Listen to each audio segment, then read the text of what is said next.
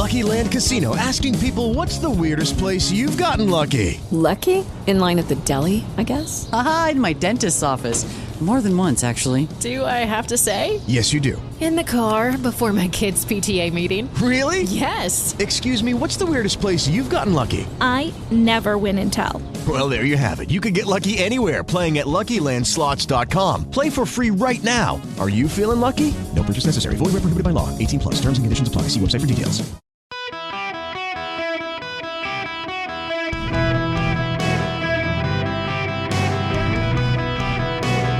Welcome to the Eric Erickson Show podcast, Hour 1. Greetings, America. Welcome. It's Eric Erickson here across the United States of America. The phone number, 877-973-7425. If you want to be on the program, I want to make a really important announcement here for all of you. If you have your cell phone and you're willing to do it, if you text the word donate to 33777, I will text you back a link to a special fundraising page for the Israeli Red Cross.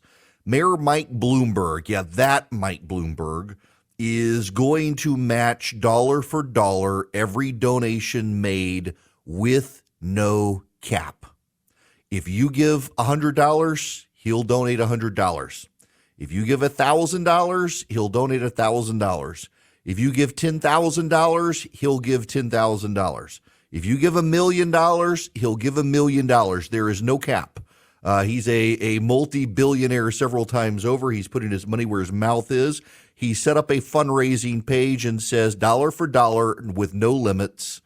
He will match whatever is raised for the Israeli Red Cross. So if you text the word donate to 33777, I will send you Mayor Mike Bloomberg's fundraising link that his team is tracking, so they know how much to cut a check for. Good for him. I have no criticism here. Good for Mike Bloomberg for putting his money where his mouth is. He cares about this issue. He cares about Israel greatly. He is Jewish, and this is a big thing for him.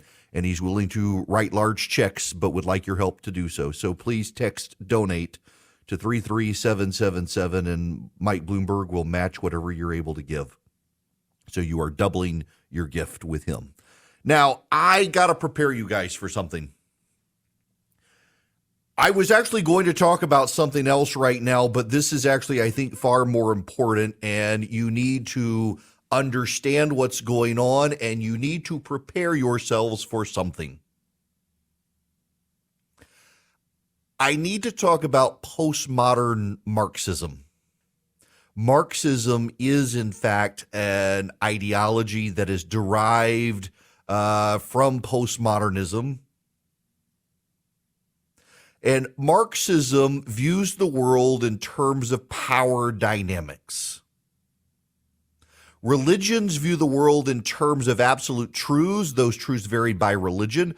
Marxism views everything as a power dynamic. It views religion as a structure of power. It views the world as a power dynamic. And one of the beliefs of Marxism is that those who peddle truth claims arrive at moral clarity through their truth claims. And truth claims are designed to advance to a moral clarity, and upon delivering that moral clarity, it gives those truth tellers power. You got to understand this for where we're headed here. This is really important. I tell you something that is true. What Marxists believe I'm trying to do by telling you something that is true is to provide moral clarity around my moral ethics. And assuming you agree with my moral claim and clarity of that claim, it gives me power to dictate the next step. So, for example, the truth claim is Hamas is a terrorist organization that engaged in an unprovoked attack of Israelis that resulted in Holocaust survivors and babies all being shot in the face. Therefore, Israel should be able to respond. That's the moral clarity here, that dead and decapitated babies deserve a violent response to the monsters. So to combat that moral clarity and that truth-telling, here's what postmodern Marxism does, and we're beginning to see that now. Progressives have fully embraced postmodern Marxism, and what do? To negate the moral clarity, they attempt to provide more complexity. So as you add complexity, there is less clarity. And complexity, by making clarity abstract, vague, and obscure, negates your ability to take the next step. So what's happening? Hamas engaged in an unprovoked attack of Israel, killing Israeli citizens, decapitating babies, and shooting Holocaust survivors in the face. So now let's go with the Marxist complexity to get rid of the moral clarity. Well, Israel has been occupying the Gaza Strip. And the people of Gaza, led by Hamas, have turned to violence to free themselves from the occupation. Now, never mind, Israel has not been occupying Gaza. That's what they say. And now the next step. And now Israel controls the water and power of the Gaza Strip and has cut it off to 2 million citizens instead of just targeting Hamas. A little more complexity. So now they pull the twist on you to eradicate the moral clarity. What Hamas did was bad, but what Israel is doing is worse because Hamas may have killed 1,200 Jews, but the Israelis intend to starve and kill 2 million Gazans by depriving them of the basic necessities of life. This is an outrage. Alexandria Ocasio-Cortez for 72 hours was quiet and is now upset about what Israel is doing in Gaza. However bad Hamas was, this is terrible to do it to 2 million innocent people. All Hamas did was kill 1,200 people.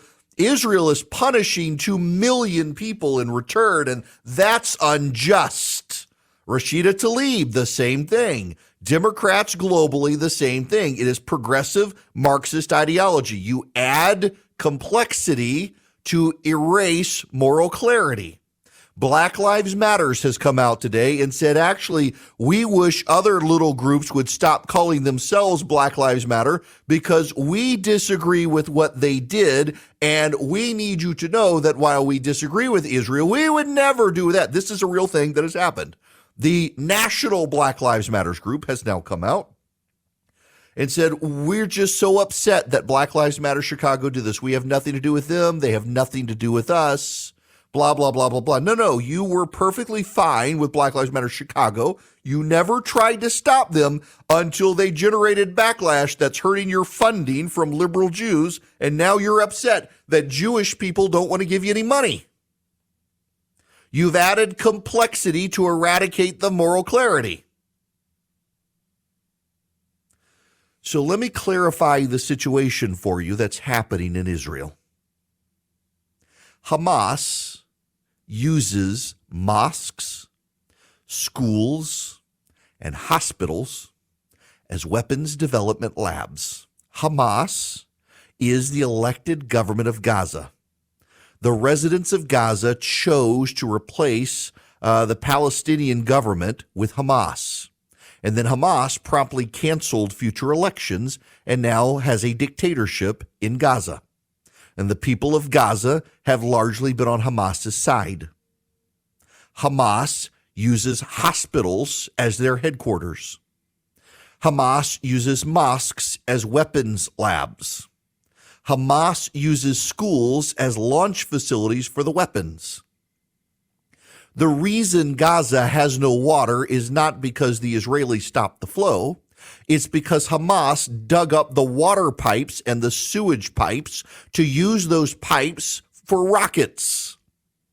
These cylindrical tubes used to flow water and sewage are instead being used as the bodies of rockets to fire at the Israelis. That's why Gaza doesn't have water. Gaza has one power plant that has now been so exhausted, it's gone out of business over the weekend. It ran out of power, can't produce enough to keep up since the Israelis cut the power. Why does a land of 25 square miles that has 2.1 million people only have one power plant for itself? Because Hamas diverted the resources to build future power plants into weapons production against Israel, and the people of Gaza let them. I'm not making any of this up. So Israel has provided power, and Israel has provided water, and Israel has provided food, and now they've stopped. Why? Because Gaza allowed Hamas to set up shop, to rule the roost, and use its rule to dig up the water pipes to build rockets to launch at Israel. How can Israel respond otherwise when the leaders of the Palestinian territory of Gaza are on record in their charter document calling for the death of all Jews globally and the eradication of Israel? But the Marxists wish you not to know that, because that provides more moral clarity. So they engage in whataboutism. You know how they say that the Palestinians have been occupied for 75 years? What happened 75 years ago? That was the founding of the nation of Israel. So they're really saying they've been occupied for 75 years. What the Marxists try to do is to ignore history and say Israel only has about a 100-year territorial claim to the area. Pay no attention to 3,500 years ago. By the way, do you know what the Palestinians were doing in the late 1940s as the world was coalescing around giving Israel its land back? They were sabotaging and destroying as much archaeological evidence as they could that supported the biblical claim that this land was given by God to the Jews. They wiped out as much as they could, shattering recorded tablets that documented the kings of Israel. All the things the Bible attested to as real archaeologists found, and the Arabs worked very hard to smash as much as it is possible, and yet there was so much of it, they've had a really hard time getting rid of it. What's happening right now and is going to happen over the next week is Israel is going to mount a response to Hamas in Gaza. It is one of the most densely packed areas of land on the planet with 2 million people, and those 2 million people put Hamas in charge. And in that land, Hamas has set up shop. It has put its headquarters in hospitals. It has put its weapons labs in mosques. And it has put its weapons launch facilities in schools so that when Israel responds, it must blow up mosques and it must blow up hospitals and it must blow up schools to ensure that Hamas's weapons of war are destroyed. And in the process, Hamas will make sure there are dead children, dead senior citizens in hospitals, and dead clerics in mosques, and bring the world in for a tour to show them the dead bodies. Meanwhile, they're saying, Israel's not showing us the decapitated babies. Maybe it's not real. Let me say again what I said yesterday. Evil is only abstract to its apologists who view it as obtuse to avoid having to grapple with it. Hamas is an evil organization, and you should be mindful of those around you and on television and in politics who are trying to morally whatabout the situation in Israel. And that includes people on the right like Vivek Ramaswamy, who has come out on Tucker Carlson and said the only reason you people care about it is because of Jewish money, because of donor dollars. He pointed out the fentanyl crisis. Why aren't people so exercised about the fentanyl crisis? I don't know a person who isn't. And it didn't take money there and it doesn't take money here. If we don't clean up our own side, we have no moral credibility to clean up the other side, but we should be careful and notice who on the left and who on the right are engaging in moral relativism to complicate a very clarifying situation. There are dead babies and dead Holocaust survivors, and Israel didn't ask for it, Israel didn't provoke it, and Israel didn't prompt it, but Hamas decided to do it. Israel gets to respond, and in the fallout, if there are dead and innocent people in Gaza, that's Hamas's fault, not Israel's fault, and don't you dare forget it. Guys, if you're a small, mid-sized business, you're struggling with HR issues, you have employees not showing up, or you got to do a termination, you need onboarding of employees, maybe there's a sexual harassment complaint. You want an HR manager. You don't want to be the bad guy with your employees. Bambee can play the role of HR for you. $99 a month, available by phone, email, real-time chat. They do onboardings, terminations. They help your team members get to peak performance, and your business stays compliant with changing HR regulations, regardless of which state. They're great. Now, they're U.S.-based. You got somebody to talk to who's dedicated to your team.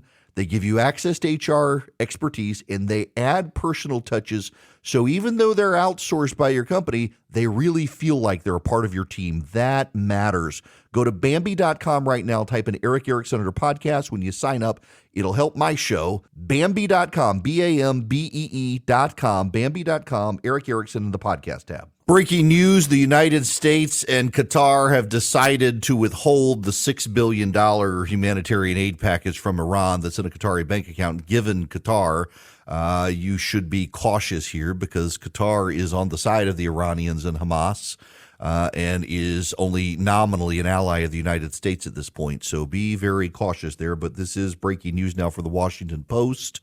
The United States and Qatar deciding to refrain from giving Iran the $6 billion. I got a question. There's a Los Angeles Times investigative reporter. There's Mehdi Hassan at MSNBC and a lot of other people. Want to know, where are the pictures of the decapitated babies? Joe Biden yesterday, in fact, confirmed that he had seen the decapitated babies. I never really thought that I would see and have confirmed pictures of terrorists beheading children. I never thought I'd ever, anyway, but there are countries in the region that are trying to be of some help. You can tell he was shaken by it. The White House has since said he actually made it up. He didn't actually see the pictures. But the pictures have now come out. Awful pictures. I have a question. Are all the people, the reporters and the members of the left who can't believe Hamas would do this, who are saying, where are the pictures? Show us the pictures. I don't believe you. Are they okay with dead babies? Forget decapitated babies. If they're like, oh, well, they just killed babies, okay, no big deal. It's the decapitated babies. They got to have proof of the decapitations. Is it okay if the heads are still on the babies? Is that what this is about? Because how awful must it be for you to concede that it is awful? These people are trying to complicate things. I haven't seen the pictures of the decapitations. How do we know it's true? Have you not seen the pictures of the dead babies? You got to see the ones without their heads to know how bad it is. They're trying to add complexity to avoid moral clarity because they are on the side of terrorists, and don't you forget that. Awful stuff. Let's say you're having a terrible time with your computer at work and your IT guy's not there, or your office can't afford an IT guy and you, the boss, you become the IT guy. Can I recommend Vision Computers to you? Vision Computers, they can build you the computers you want, laptops and desktops, and then they can be your IT department. You pay them a small annual fee if you don't have computers from Vision. Otherwise, you get it as part of getting your computers from Vision for a period of time, and they're your IT department. You can get Vision's help in about 15 seconds when you call their tech line, faster than you can try to do a Google search to figure out what's going on.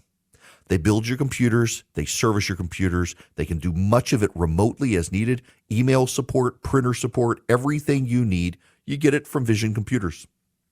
Folks, Vision Computers built my son a gaming PC, and he's never asked me once to help him with his computer now. He calls Vision. They answer, and they can figure out how to navigate my 14-year-old to help him with his computer. They can do it for you as well. VisionComputers.com is the website, VisionComputers.com. However, if you call them at 404-COMPUTE, ask about the Eric Erickson special, they can save you even more money. 404-COMPUTE. Welcome. It's Eric Erickson here. So I wrote a piece this week. There's a trade publication, a radio called Barrett Media. It covers a lot of radio news. And I went to a conference that they hosted several weeks ago, and they asked if I would write something because I've got strongly held views on how so much talk radio sucks these days. It's all kind of repetitive, iterative, predictable, boring. So many hosts, instead of building relationships with the audience, they bring on interlopers. If you listen to my program, I don't do a lot of interviews, and in part it's because of a lesson I learned from Rush, which is I should be entertaining and I should have a relationship with you. And to bring someone else on puts you in the position of eavesdropper to me and someone else, as opposed to you and me. Many of you I know because you tell me, you talk to me in your office or car. Sometimes you yell at me, but it's us. It's me and you. And I said one of the secrets to saving radio is to cover the breaking, timely news that is too current and up to date for a podcast you might listen to for a week later, but to build deep relationships with listeners and go deep into life with them. And I'm going to try not to be emotional here. I'm going to try. The beauty of this medium is that everything comes through my voice. If you're a longtime listener, you know I try not to get angry. I try not to get mad. Life's too short. So much stuff is outside our control. There's no reason to get mad. Sometimes I make you guys mad by not being infuriated. But it all comes through my voice. You can't see me. The tone, the rhythm, the rhyme, the tenor, the pitch. It's how I have to convey to you. And so I want you to know you're blessed, not by me. You're blessed to not see what I have seen, to not be able to see on radio the things I have had to see as I do the prep for this program. I've never wanted to see decapitated babies, and I have.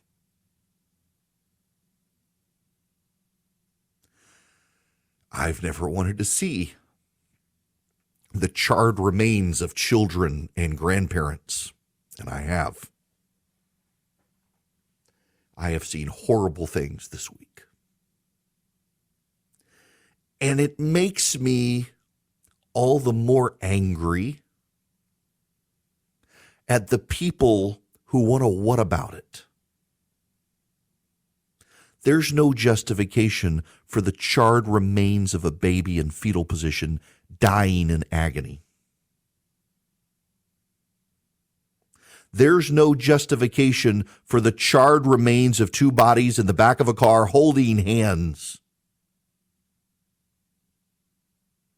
And if you can't understand, Israel must respond, and those they're responding to have set up shop in such a way to ensure collateral fallout and innocent people die, I got nothing for you. You're defending monsters.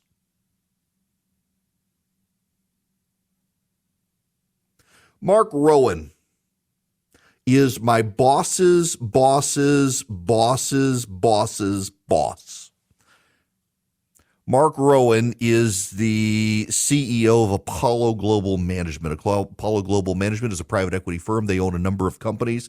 They own the hotel rights for the Venetian Palazzo in Las Vegas, where I was this weekend. They don't give me a discount. That's just where I stay. They own Carnival Cruises. They own Chuck E. Cheese. They own Cox Media Group, which is the parent company of my flagship station, WSP, where I get a paycheck. Mark Rowan is also the chairman of the Wharton School of Business of the University of Pennsylvania. And the university is bullying him to get him to step down from the chairmanship because he dared to call out their lack of leadership at this time. He was on CNBC this morning. This is some of his interview. Look, there has been a gathering storm around these issues. Microaggressions are condemned with extreme moral outrage, and yet violence, particularly violence against Jews, anti-Semitism, seems to have found a place of tolerance on the campus, protected by free speech. President McGill is not an anti-Semite. President McGill is just not capable of exercising moral leadership here because she feels academic pressure, peer pressure. And it's unfortunately the environment we live in campus. Yes. Now, they've pressured him and other Jewish members of the Board of Trustees to step down for signing an open letter that they've refused to publish in their student newspaper, but they signed an open letter calling for moral clarity at the University of Pennsylvania on these issues. Now, Andrew Ross Sorkin stretches this out into the larger issue of academia and college campuses. And this is Mark Rowan responding on that. You hear Andrew Ross Sorkin and then Mark Rowan responding. Look, this is leadership. I am CEO of a public company. President McGill is essentially the leader of a university. From my mind, leadership is about having some point of view, being able to exercise moral courage, but also the symbols of leadership. Symbols are really important. So this weekend, while 1,200 Israelis were being butchered and murdered and raped, we tweeted as a university about Indigenous Peoples Day. President McGill was posting Instagrams of she and her dog out in the rain.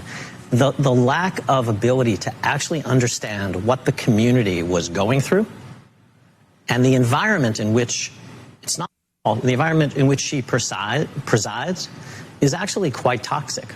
Let's just broaden this out for a second, because this is also happening at Harvard.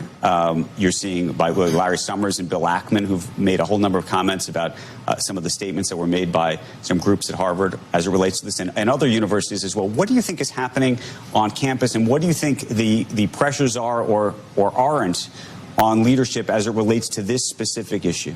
Look, universities at the end of the day we think of as bastions of free speech. That's in theory how they hold themselves out. The reality is not the case. We are at Penn a bastion of preferred speech. Imagine in the wake of George Floyd, a group of professors getting together and deciding that this would be a good night to hold a white nationalist rally.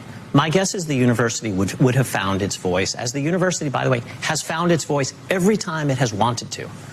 Unfortunately, with respect to Jews, with respect to anti-Semites, we're not talking about arguments over a two-state solution or the political division of land. We're talking about Hamas. We're talking about terrorists. We're talking about a Penn professor outsourcing this conference to a known anti-Semite who then does exactly what we expect them to do. They call for ethnic cleansing. They call for rounding Jews into cantons. Right. They sanction violence. And the best we can do, lacking moral clarity at the university, is to say, we stand for free speech? Really? Well said. Bill Ackman is a billionaire hedge fund manager, the CEO of Pershing Square Capital Management. He wants to know the names of the students at Harvard and the other Ivy League schools that signed letters in support of Hamas against Israel. He wants their names to make sure that none of his companies hire those people. Harvard is refusing to hand over the names, and they've come after Bill Ackman. They've come after him. They've come after Mark Rowan from Apollo Management, Global Management. They're coming after the hedge fund guys for daring to demand accountability on this issue. But I got a question. I got an issue, actually. It's more than a question. I work for a company that is owned by Mark Rowan's Apollo Global Management. I have to go through diversity training, whether I want to or not. I believe it's a scam, but you're required by corporations to go through this nonsense all the time. You have to learn about tolerance. You have to learn about diversity. You have to learn about equity. You have to learn about inclusion. You have to learn about all those things. Would it not behoove these CEOs of companies to require training in anti-Semitism? Because I sure as hell have never gotten any of that training. And given who's coming out of college these days, I think it might behoove them to do it, because you got people coming out of college right now who are pro-Hamas, pro-Palestine, anti-Israel, who really think Israel has no historic claim to its land in the Middle East. They are secular atheists. They think the Bible is a bunch of fairy tales. They have no idea of all the archaeological evidence to back it up. They have no idea it was the Roman emperor who purged the Jews from their land and allowed the settlement to be renamed Palestine. They think it's always been named Palestine. They have no historic context for what happened. They think the Holocaust is just something they learn about in school. Where's the anti-Semitism training? If you're going to do diversity, equity, and inclusion training to make sure I don't run afoul of the feelings of a boy who thinks he's a girl, maybe you should do some anti-Semitism training in your corporations around the country to make sure you don't have pro-Hamas people there chanting death to the Jews as if they can get away with it like they did on college campus. Maybe, just maybe, the DEI statements that all these companies release, if they're not coupled with a statement against anti-Semitism, are performance to avoid the left-wing mob coming after them, and they don't really care or mean it. The Washington Free Beacon did a study earlier this week on how so many of the people who come out of DEI institutions are rabid pro-Hamas Palestinian activists who hate Israel. A lot of the DEI groups around the country in colleges and universities are filled up with progressive activists who think Israel's a made-up state that should go away. They support Palestine from river to sea. Do you know what that means? Do you know what that phrase means, river to sea, that so many people unironically chant around the country on college campuses? It means the elimination of the Jewish state. It means the elimination of the Jewish people. It means another Holocaust. They're too stupid to even realize it in most cases, but some of them do, and they do not care. If you're that concerned, billionaire hedge fund guys and CEOs, about the rabid anti-Semitism you're seeing on college campuses, maybe you should insist that your companies, as part of the DEI training, include a section on anti-Semitism.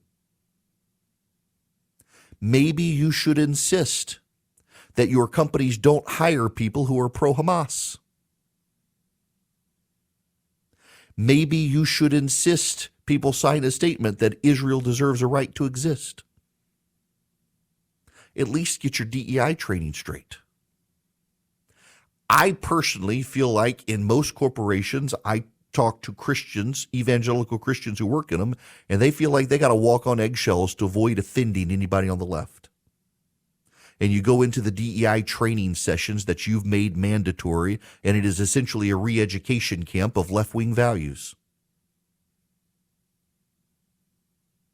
It's designed to make the C-suite people feel good at night and sleep that they did a good thing in the name of tolerance. If you want to do a really good thing, make these kids coming out of college where they march in the streets chanting death to the Jews, go through an anti-Semitism program in your DEI classes. DEIAZ, diversity, equity, inclusion, and anti-Semitism. The people who are out there chanting they're against Zionism, teach them what it actually is. Teach them about the growth of Israel. Teach them about the Holocaust. Teach them about how bad Hamas is. Teach them about the historic claims of Israel to the land, and maybe educate them in a way college educators haven't educated them. Instead, they've indoctrinated them and programmed them. DEIAS. That's it. Diversity, equity, inclusion, and anti-Semitism. Teach that. Look at these people coming out of college campuses. Look at them. They're out there. They literally marched with swastikas the other day in New York City. They literally marched with swastikas. These people need to be deprogrammed. And if you're going to force me and every other employee of every major company in the United States of America to have to go through a diversity, equity, inclusion program, at least include anti-Semitism to combat what's being festered in these college academic environments when they get into the real world and actually are surrounded by people of Jewish descent. You'd probably go a long way towards helping the situation if you did that. One of the great groups that's out there fighting the left and these progressive values is Patriot Mobile, and all you have to do to help them is move your cell phone service to them. You get guaranteed great rates, probably using the same cell towers you're already using. PatriotMobile.com/Eric is where you go. PatriotMobile.com/ERICK. You sign up with Patriot Mobile. As their business grows, their profits grows. Their profits grow. Their giving to the conservative causes you care about grows. From the Second Amendment to the pro-life movement to conservative candidates running for office around the country. You can also call them 972-PATRIOT. 972-PATRIOT. Tell them I sent you. You get free activation with my name. In addition to getting free activation with my name, you get great discounts if you're a veteran, a first responder, a teacher, an NRA member. They can save you some money. If you've got a lot of lines for your house because you got multiple kids who need cell phones, they can save you some money. PatriotMobile.com/Eric or 972-PATRIOT. Tell them I sent you. Get free activation with my name. Hello there. Welcome. It's Eric Erickson here. This hour of the program brought to you by First Liberty Building and Loan. Wherever you are nationwide, if you're buying a building, buying a franchise for your business, reach out to them, see if they can help you. FirstLibertyGA.com. They can help any business in the United States. FirstLibertyGA.com. If you're on the phones, be patient with me. I want to come to you, but I don't have time here, and I want to read y'all an email from a friend. E.L. Waldman founded and built a company called Mellanox. Mellanox was acquired by NVIDIA for $7 billion in 2019. Its value within NVIDIA, which has become one of the most important companies in the world, is probably multiples of its 2019 acquisition price. In 2010 or earlier, Waldman made the decision to hire as many Palestinian engineers into Mellanox as possible. He was able to overcome internal company friction to do so. Mellanox was the first Israeli tech company to begin hiring Palestinians. NVIDIA still has engineers in the West Bank because of it. This is the type of win-win that creates the incentives for mutual economic development and peace. E.L. Waldman's 24-year-old U.S. national daughter and her boyfriend were murdered by the Hamas terrorists at the music festival. Mr. Waldman himself found them in a car that had been shot up by 5 terrorists. This is a letter in the Times of London today. Sir, on advice from her school, our teenage daughter has gone off without her blazer this morning. Her male classmates have been advised to cover their skull caps with baseball caps. On her preschool dawn run yesterday, she ran past the broken glass of a kosher cafe's windows and a fresh anti-Israel slogan painted on a bridge. All my grandparents were Holocaust survivors who found safe haven and built new lives in the United Kingdom, so of course I am twitching with latent anxiety and the creeping dangers of the masses not speaking out against terrorism. I sincerely hope the Prime Minister honors his pledge to stand with Israel and protect British Jews. Dr. Sarah Nashin. We should, every single one of us, be morally outraged that Jewish children are being told to wear nondescript clothes and cover their skull caps to avoid being identified as Jewish. Hamas is calling for a day of violence against Jews tomorrow.